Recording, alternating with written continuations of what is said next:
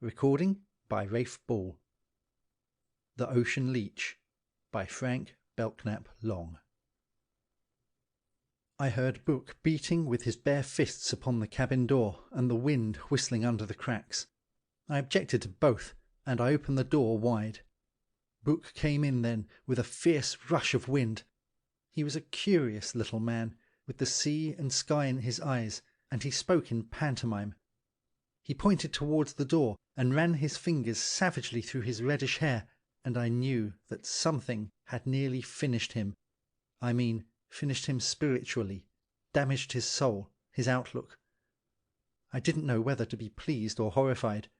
Book seemed more human with his queer, vivid gestures and flaming eyes, but I couldn't imagine what he had seen up on deck. Of course, I found out soon enough. The men were sitting about in idiotic groups of twos and threes, and no one saluted me when I stepped out from the shadows of the twisted cordage into a luminous stripe of moonlight. "Where's the boatswain?" I asked. Several of the men heard my question, and they turned and stared at me and deliberately tittered. "It took the boatswain," said Oscar. Oscar seldom spoke to anyone. He was tall and lean, and his jaundiced scalp was fringed by yellow hair. I distinctly recall his dark, hungry eyes and his fringe of hair glistening in the moonlight. The rest of Oscar I can no longer visualize. He has faded into an indefinite ghost of memory.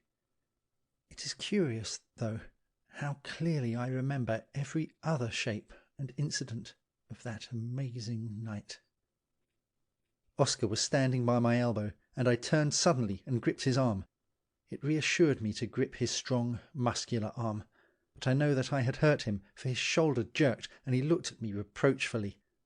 I presume Oscar wanted me to stand upon my own feet, but he made a sweeping motion with his arm to assure me that it didn't matter. The wind whistled about our ears, and the tattered sails flapped and wheezed. Sails can speak, you know.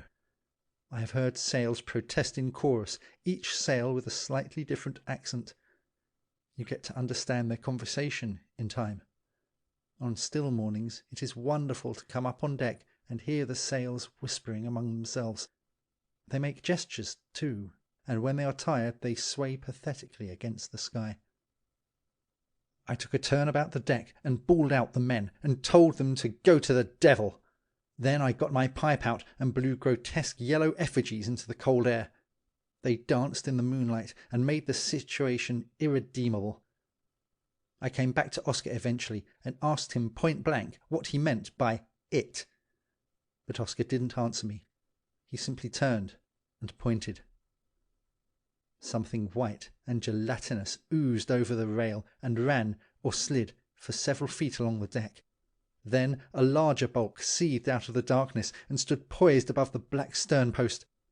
A second object descended upon the deck, coming down with a thud and running at a tangent with the first over the smooth, polished boards. I saw two of the men get quickly to their feet with wildish, jerky motions, and I heard Oscar shout out a curt command. The thing upon the deck spread out and became broader at its base. It reared into the air, a livid appendage encircled with monstrous pink suckers. We could see the suckers loathsomely at work in the moonlight, opening and closing and opening again. We were affected by a queer aromatic stench, and we felt an overpowering sense of physical nausea. I saw one of the men reel backward and collapse upon the boards. Then a second idiot keeled over, and a third actually advanced towards the loathsome object on his hands and knees, as if fascinated. At that moment the moon seemed to draw nearer, to actually careen down the sky and hang above the cordage. Then suddenly the amorphous tentacles shot forward like released hawsers and struck against the nearest mast, and I heard a splintering and a noise like thunder. The arms quivered and seemed to fly in all directions. Then they flopped back over the side. I fastened my eyes upon our black topsail mastheads and questioned Oscar in a very low voice. "Did that take the boatswain?" Oscar nodded and shuffled his feet. The men on the deck whispered among themselves, and I knew intuitively that a spirit of rebellion was rife among them. And yet even Oscar exonerated me. Where would we have been if you hadn't brought us in here? Adrifting, probably, rudderless and sailless. Our sails may look like the skin on a waterlogged corpse, but we can use them when we can get the masts into shape. The lagoon looked innocent enough, and most of us were for coming in here. But now they whine like yellow puppies, and blame it on you. The idiots. If you just say the word. I stopped him, for I didn't want the men to take his proposal seriously, and he spoke loud enough for them to hear. The men, I felt, were scarcely to blame, under the circumstances. How many times has the thing crawled over the sides? I asked. 8 times, said Oscar. It took the boatswain on the 3rd trip. He shrieked and threw up his arms and turned yellow. It twined itself about his leg and set its great pink suckers to work on him, and the rest of us could do nothing. Nothing. We tried to get him away, but you cannot imagine the sheer pull of that white arm. It oozed slime all over him and all over the deck. Then it flopped back into the water and carried him with it. After that we were more careful. I told the men to go below, but they only glowered at me. The thing fascinates them. They sit there and deliberately wait for it to return. You saw what happened just now. The thing can strike like a cobra, and it sticks closer than a lamprey. But the idiots won't be warned. And when I think of those quivering pink suckers, I feel sorry for them, and for myself.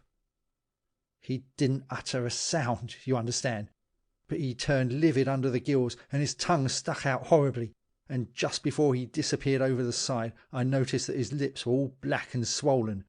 But as I told you, he was immersed in yellowish slime, in ooze, and the life must have gone out of him almost at once. I'm sure that he didn't really suffer. With God's help, it's we who have to suffer. Oscar, I said, I want you to be quite frank, and if necessary, even brutal. Do you think that you can explain that thing? I don't want any wretched theories, Oscar. I want you to fashion a prop for me, Oscar. Something for me to lean upon. I'm so very tired, and I haven't much authority here. Oh, yes, I'm supposed to be in command. But when there is nothing to go upon, Oscar, what can I say to them? How can I get them down into the cabin? I pity them so. What do you think it is, my friend? The thing is obviously a cephalopod, said Oscar, quite simply, but there was a look of shame and horror in his eyes, which I didn't like. An octopus, Oscar? Perhaps. Or a monstrous squid. Or some hideous, unclassified species. A fabric of greenish cloud covered the face of the moon, and I saw one of the men crawling on his hands and knees along the deck. Then he gave a sudden, defiant scream, ran to the rail and held out his arms. A white exudation ran the length of the rail. It rose up and quivered amidst the illimitable shadows, and then it poured in an abominable stream over the scuppers and enveloped the hectic form of the wretch, and it made no sound. The poor fool tried to get away. He screamed, made shocking grimaces, fell down upon the deck and tried to draw himself along by his hands. He pawed at the smooth, slippery surface, but the thing had wound its tenebrous tentacles about his leg, and it pulled him slowly and hideously. His head struck against the scuppers, and a crimson stream, no wider than a hawser rope, ran down the deck and formed a miniature pool at Oscar's feet. A sucker fastened upon his right temple, and another got in under his shirt and set to work upon his bare chest. I tried to get to him, but Oscar held fast to my arm and would not tell me why. The body became white, slimy, changed before our eyes, and not one man stepped forward to prevent it. Suddenly, while we watched, the dead man, whose eyes had already glazed, was jerked forcefully toward the scuppers again and again. But he wouldn't go through. His head was soon pounded into an unimaginable resemblance of something we didn't care to think about, and we became deadly sick. But we watched, strangely fascinated, even perhaps more than a little resentful. We were watching something brutal and incredibly alive, and we beheld it in an unrestrained exercise of all its faculties. There, under a shrouded moon, In the phosphorescent wilderness of exotic waters, we saw the law of man outraged by something mute, misshapen, blasphemous, and we saw industrious retching matter, brainless and self-sufficient, obeying a law older than man, older than morality, older than sin. Here was life, absorbing another life, and doing it forcefully and without conscience, and becoming stronger and more exultant through the doing of it. But it couldn't get the body through the scuppers. It pulled and finally let go.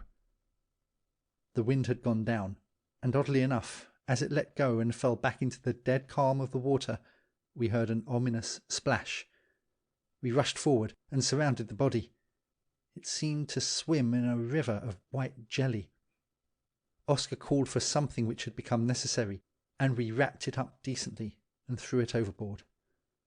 But Oscar repeated a few words mechanically out of the little black prayer book, which he imagined were appropriate. I stood and stared at the dark opening in the forecastle. I don't know to this day how I got the men through that dark opening, but I did it, with Oscar's aid. I can see Oscar standing with his glistening head against a voiceless wilderness of stars. I can see him shaking his fists at the slinking cowards on the deck, or shrieking out commands, or were they insults? I know that I stepped forward and helped him, and I think I must have used my fists, for later on I discovered that my knuckles were bruised and discoloured, and Oscar had to bandage them. It is queer how Oscar has faded in my memory, for I thought a great deal of him, in spite of his queer ways, and his large, hungry eyes, and his fringe of yellow hair. He helped me get the men into the forecastle, and so did Book. Book, with perfectly horrified face, and with lips quivering and struggling with a vicious inarticulateness. We drove them in like sheep, but sheep often rebel and are troublesome.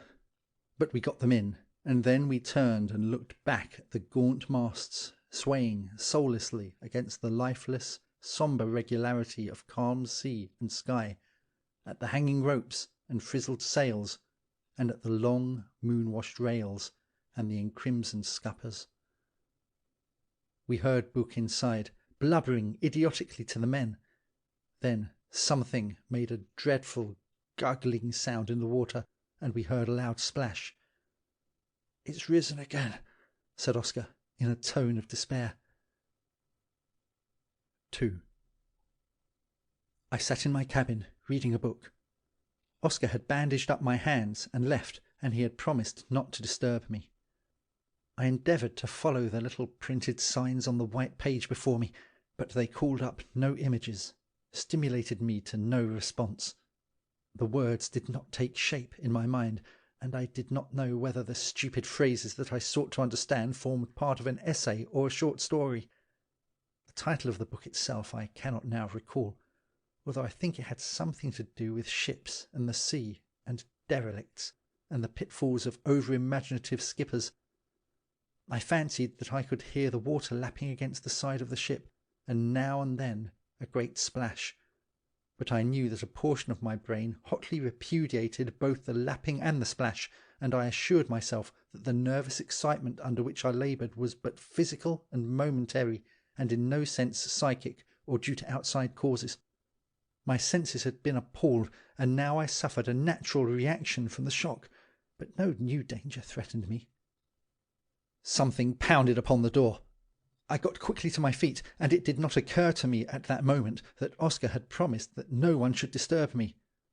"What is it you want?" I asked. There was no direct or satisfactory answer, but a queer guggling noise came to me through the door, and I fancied that I could hear a quick intake of breath. A horrible, intense fear took grim possession of me. I looked at the door in white horror. It shook like broadyards in a gale. It bent inward under a terrific impact.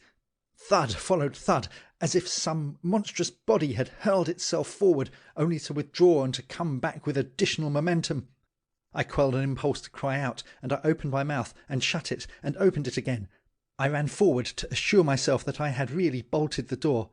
I fingered the bolt caressingly, and then I retreated until my back was against an opposite beam. The door bulged inward hideously, and immediately afterwards there followed a great crash, and a splintering, and a sundering of wood, and a retching of hinges. The door gave, fell inward, and was lifted up on the back of something white and unspeakable. Then the panel was hurled violently against the wall, and the thing under it rolled forward with terrible and increasing velocity. It was a long, gelatinous arm, an amorphous tentacle with pink suckers that slid or oozed towards me across the smooth floor. I stood with my back pressed against the beam, with only my harsh, stertorous breathing to keep it at bay. I could see that it did not fear me, that arm, and I could do nothing. It was long and white, and it slid towards me. Can I make you understand? And Oscar had bandaged my hands, and they were but feeble fumbling instruments. And that thing was utterly intent upon its purpose, and it did not need eyes to guide it across the floor. An ungodly aromatic odour had entered the cabin with the thing, and it overpowered me almost before the tentacle seized upon me. I endeavoured to slough off the great loathsome folds with my bandaged hands, but my crippled fingers sank into the jelly-like tissue as in soft mud. It was palpitating, living tissue, but it seemed to lack substantial body, and it gave horribly. It gave. My hands went right through it, and yet when it gripped me it was elastic, and it could tighten its grip. It strangled me. I felt that I could not breathe. I bent and twisted, but it had wound itself about me, and it held me, and I could do nothing. I remember that I called for Oscar. I shouted myself hoarse, and then I think I was dragged ruthlessly across the floor, through the smashed-in door and up the stairs. I remember now how my head pounded upon the stairs as we ascended, I and the thing, and I think that my scalp bled, and I know that I lost 3 teeth. I received dreadful blows, cuffs from the corners of stairs, from the edges of doors, and from the smooth, hard boards of the deck itself. The thing dragged me out across the deck, and I remember that I saw the moon through folds upon folds of obscenely bloating jelly. I was buried deep down within fatty, obscene folds that shivered and shook and palpitated in the moonlight. I no longer felt any desire to protest or to cry out, and the thought of Oscar and a possible rescue did not fill me with elation.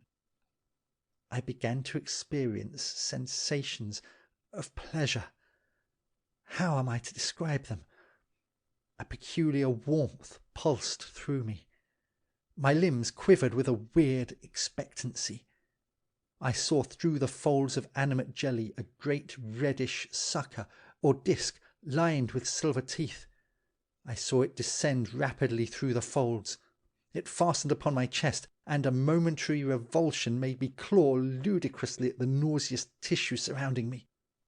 There was a kind of cruelty in the refusal of the flimsy stuff to offer any resistance. One could go on that way forever, clawing and tearing at the fatty folds, and feeling them give, and yet knowing that nothing could possibly come of it. For one thing, it was utterly impossible to get a hold on the stuff, to get it between your hands and squeeze it. It simply flipped away from you, and then it rushed back and solidified. It could condense and dilate at will. My feeling of horror and antipathy disappeared, and a new tide of exultation, of warmth, of vigour surged over me. I could have wept or screamed with pleasure and genuine ecstasy. I knew that the monster was actually drawing up my blood through its fumbling, convulsive suckers. I knew that in a moment I could be drained as dry as a grilled carbonado, but I actually welcomed my inevitable dissolution. I made no effort to conceal my glee. I was frankly hilarious, although it seemed unjust to me that Oscar should have to explain to the men. Poor Oscar!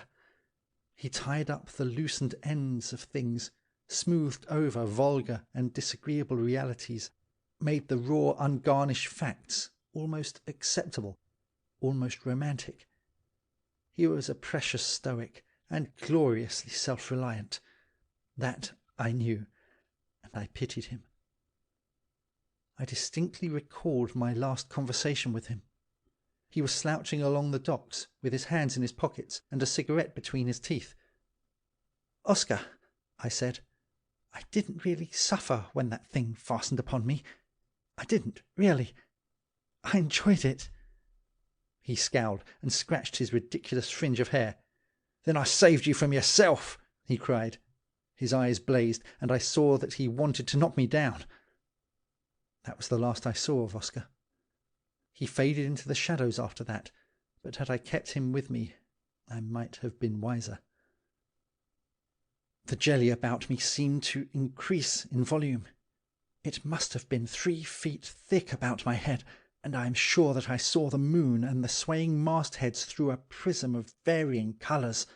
Waves of blue and scarlet and purple would pass before my eyes, and a taste of salt came into my mouth.